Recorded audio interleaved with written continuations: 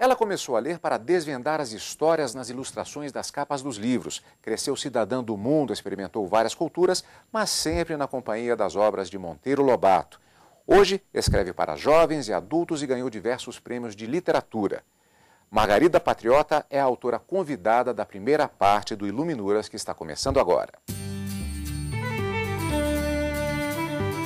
Margarida Patriota nasceu no Rio de Janeiro e vive em Brasília desde 1976. Já lecionou na Universidade de Brasília e tem 26 livros publicados. Atualmente, produz e apresenta o programa Autores e Livros da Rádio Senado, onde entrevista escritores e críticos de literatura.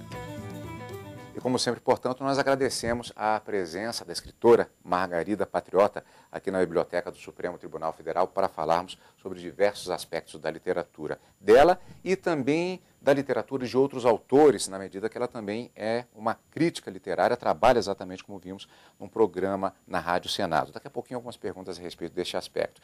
Mas eu gostaria de começar perguntando, Margarida, a respeito de algo que eu verifiquei na sua biografia, que acabou me gerando reminiscências de infância, que foi o fato de que aprendeu a gostar de ler por meio das próprias ilustrações e do texto de um livro que marcou a minha infância, e talvez de muitos telespectadores, que foi o livro Cazuza, de Viriato Corrêa. Que se você fala isso para as gerações mais novas hoje, sempre faz, mas espera aí, mas Cazuza não era nascido quando você era pequeno, porque pensa que é o cantor, não é isso? Foi o primeiro livro assim, que eu ganhei mesmo, né, de presente, de aniversário.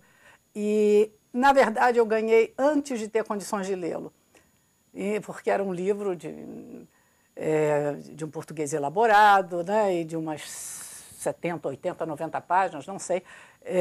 E, na verdade, eu peguei o livro e, como era difícil, né, para mim, eu só folhei.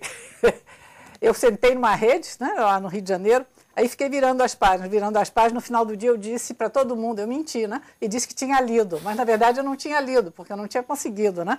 Mas o que me fascinou foi a capa, né, do Cazuza. Era um menino sentado assim num toco de árvore, pé descalço, um pouco daquele estilo do Pedrinho, das primeiras ilustrações do Monteiro Lobato, né? E eu ficava olhando para aquele menino, e só aquela capa, né, me cativava e eu queria entrar na vida daquele personagem. Eu lembro que tinha uma passagem que era muito interessante, que era o fato de que as crianças todas da cidade gostavam muito de velórios. Sim. Então já marcavam, assim, eu tenho uma tia que está para morrer, a minha avó também, porque as crianças se encontravam, era uma brincadeira, até o dia que um amiguinho, uma criança, morre. Aí não teve graça nenhuma. Ilustra um pouco essa coisa, é um certo rito de passagem, de certa forma também.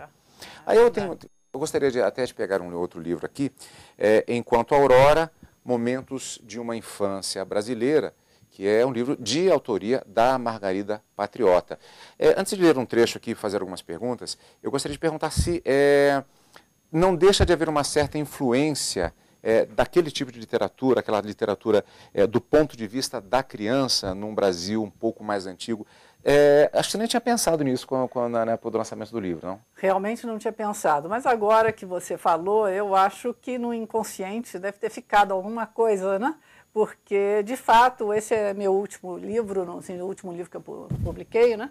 E é um livro que tenta descrever, eu tentei reviver, na verdade, mais do que rememorar, eu tentei reviver o clima da minha infância. É claro que eu fundi, né? Peguei alguns personagens da infância e fundi num enredo, né? Que eu fantasiei, os fatos em si, quase todos assim não aconteceram, mas muita coisa tem um ponto de partida, né, em experiências vividas, né?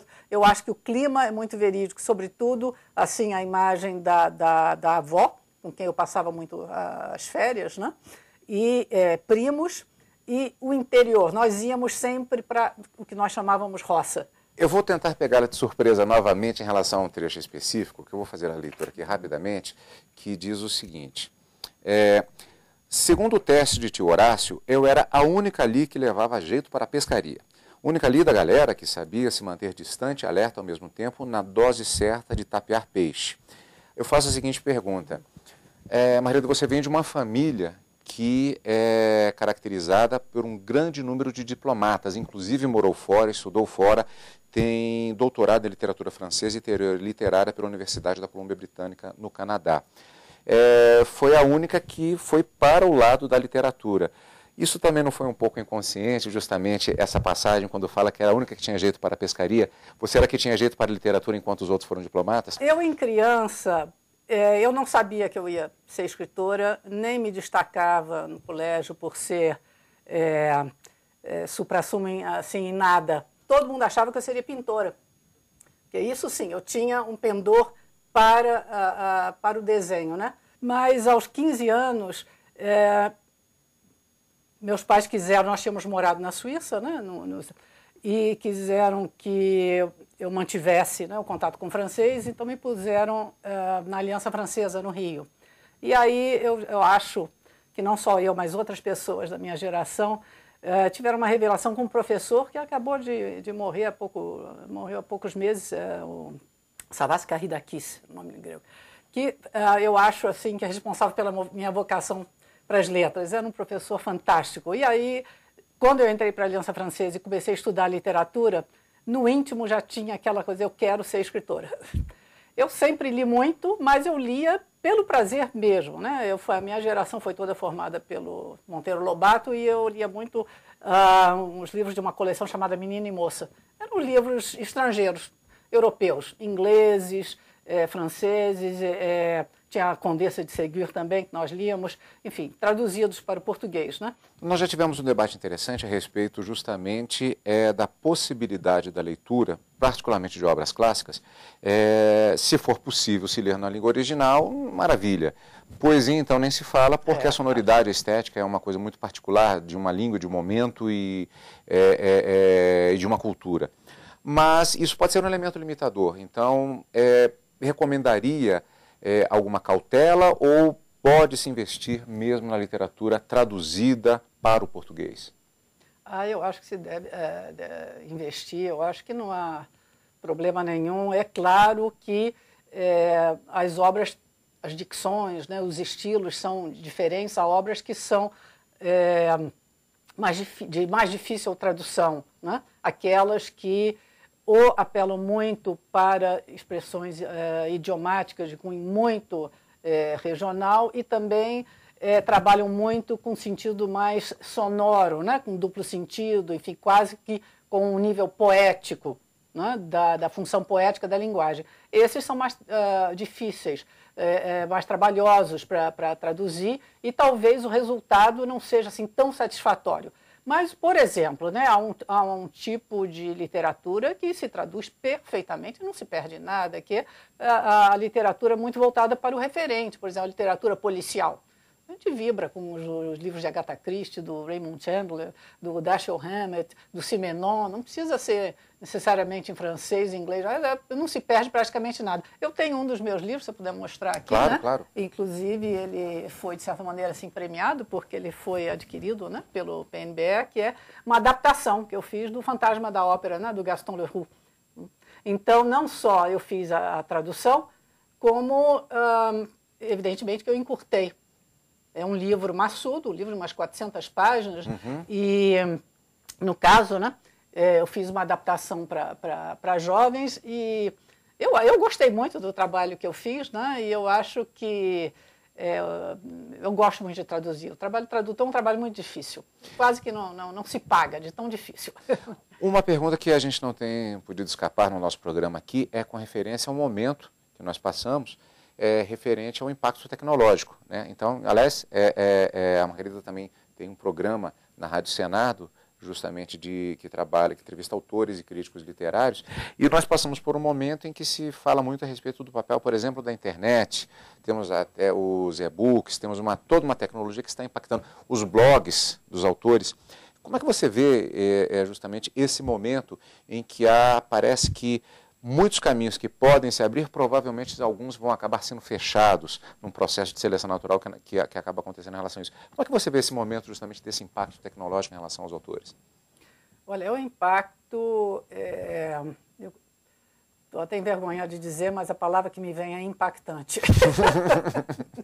realmente é bem definido, mas está bem não definido. É um mundo novo que se abre e uma mudança fenomenal, né? Uma mudança fenomenal na apreensão da palavra escrita, na interação com as outras pessoas, né?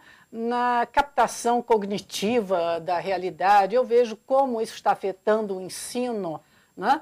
Eu tenho já neta que me diz, vovó, procura, procura, vai na web e pronto, não há mais. Meu marido é dicionarista. Eu adoro até hoje eu me recuso, eu não tenho. É uma questão de idade mesmo, né? De geração. Eu gosto de pegar o dicionário e de virar as folhas. Eu tenho absoluta convicção, né? Isso daí, acho que morrerei com ela, né? De que bistunto é bistunto, sensibilidade é sensibilidade, o humano é o humano, somos nós. Né? Nós somos ainda superiores à máquina. Né?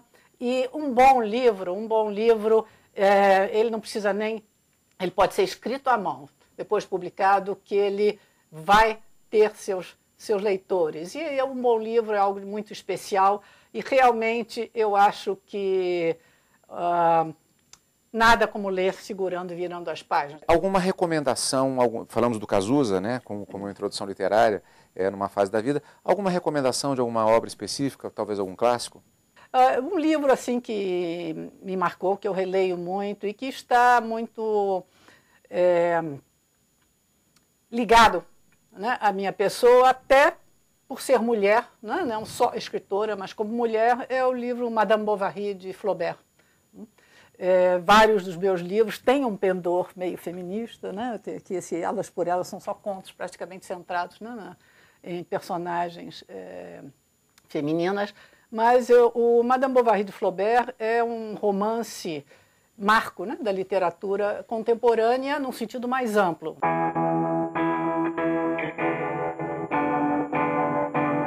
Madame Bovary se torna uma espécie de pedra de toque para todo o romance realista que virá depois de Flaubert. Flaubert toca num tema tabu. Né? Esse tema tabu é a traição.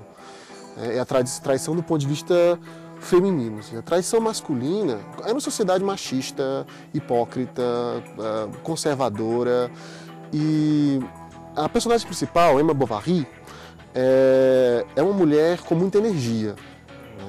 Talvez ela seja a personagem mais forte de todo o romance. Ela é mais forte, inclusive, que os seus amantes que eventualmente aparecem. Ela lia muito romances, os romances sentimentais.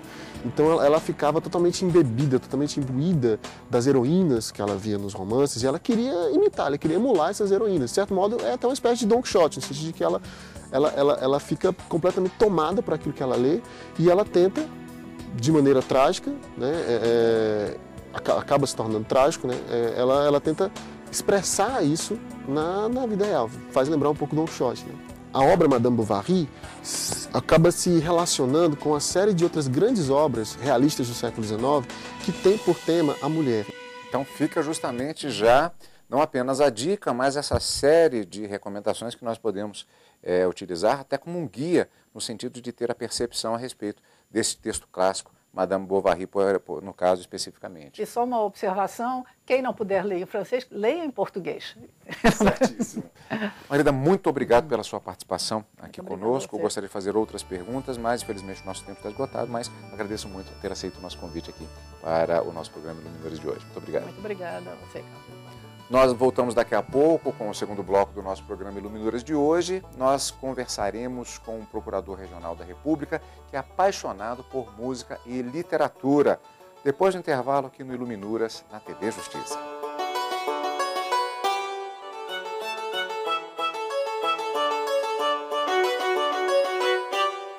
Iluminuras está de volta.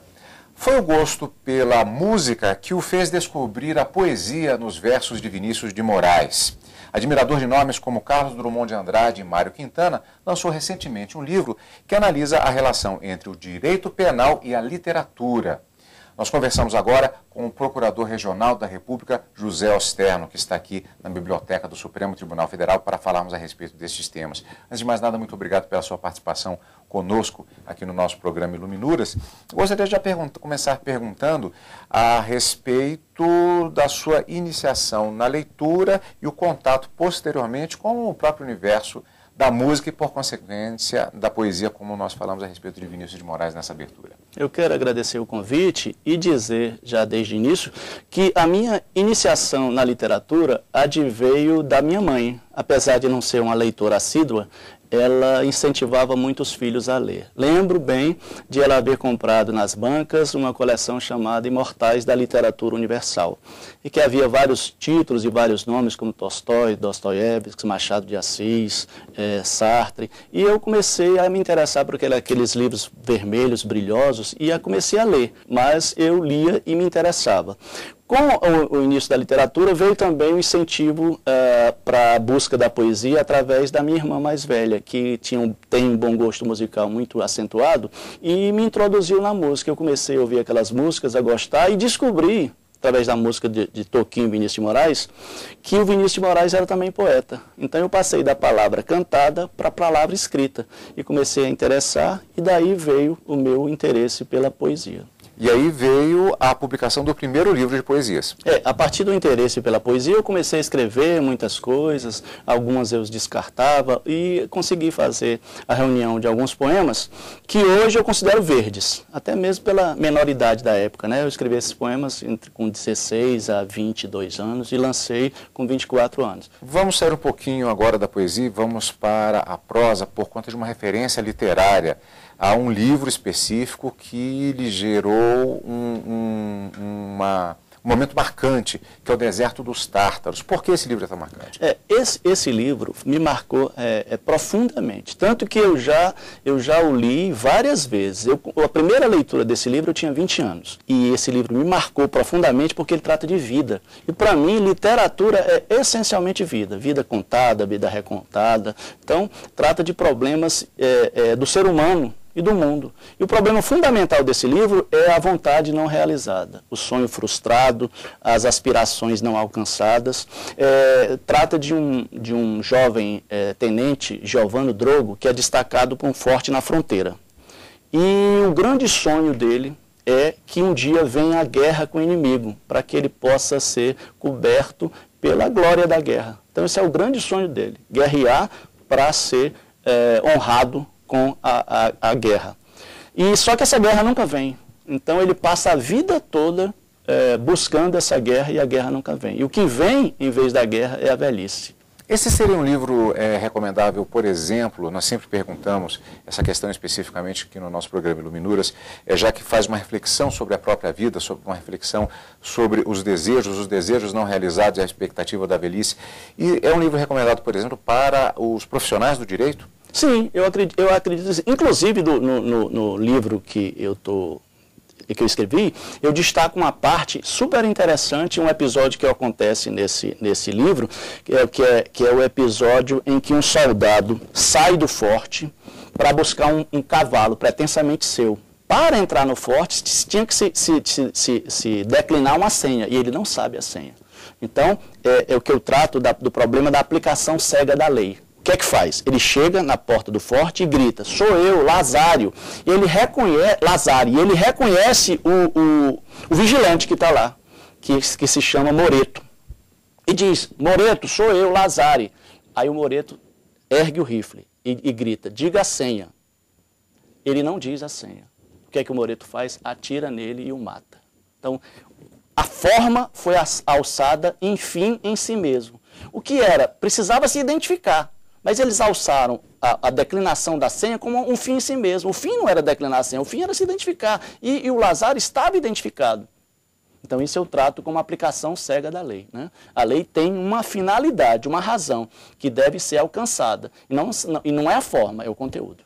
É o livro O Deserto dos Tártaros, do autor italiano Dino Buzzati. Portanto, uma referência que nós já passamos para os telespectadores, justamente nesse quadro que nós temos no segundo bloco do nosso programa Iluminuras, e aqui analisada justamente esta relação entre o direito penal e a literatura. No caso, especificamente, como o doutor disse, a aplicação cega daquilo que está previsto, daquela regra, daquela norma nesse caso. Certo. Nós temos outros exemplos, eu vou pegar aqui, nós temos justamente o livro, eu vou mostrar aqui, Direito Penal na Literatura, de Shakespeare, Machado e outros virtuosos. Há aqui uma série de contextualizações semelhantes. Eu vou pegar algumas aqui sobre as quais eu vou perguntar. Por exemplo, nós temos aqui, no capítulo 2º, uma referência à obra de Raquel de Queiroz, na seguinte passagem.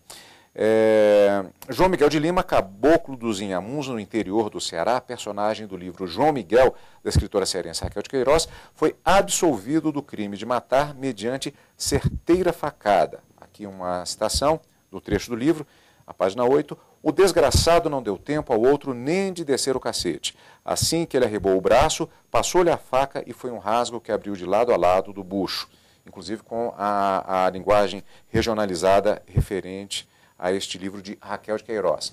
Além dessa questão específica relativa à utilização pela autora da questão da inimputabilidade, na verdade, devendo, à luz da legislação penal vigente, utilizar-se, na verdade, a questão da legítima defesa, existe uma possibilidade de se analisar a situação descrita no livro do ponto de vista do processo penal. Qual seria essa forma? O enfoque processual que se pode dar sob o ângulo do direito processual penal é o paradoxo de um indivíduo que foi absolvido ter recebido uma pena. E qual foi a pena dele? A pena foi o processo. Ou seja, ele passou 2 anos preso.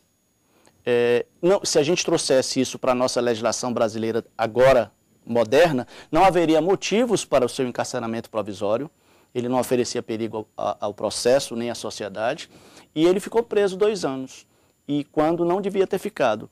E o processo em si, que acarretou a sua prisão, foi a sua pena de inocente. Isso é o grande paradoxo que a Raquel de Queiroz trata no romance João Miguel. Bom, o livro também trata de Shakespeare. Então, há um dilema hamletiano, com perdão pela brincadeira no caso, em relação exatamente a Hamlet, do ponto de vista da lei. Qual seria esse dilema? De que maneira isso pode ser visto?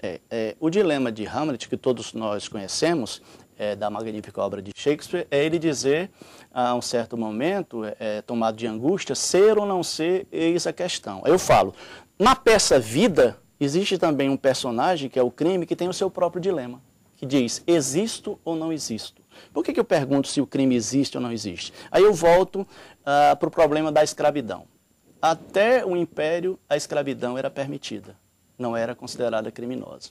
A partir da abolição da escravatura e da introdução no nosso Código Penal do artigo 149, que é a redução à condição análoga de escravo, a escravidão passou a ser crime. Aí eu pergunto, o que mudou no fato em si, escravidão, escravizar uma pessoa?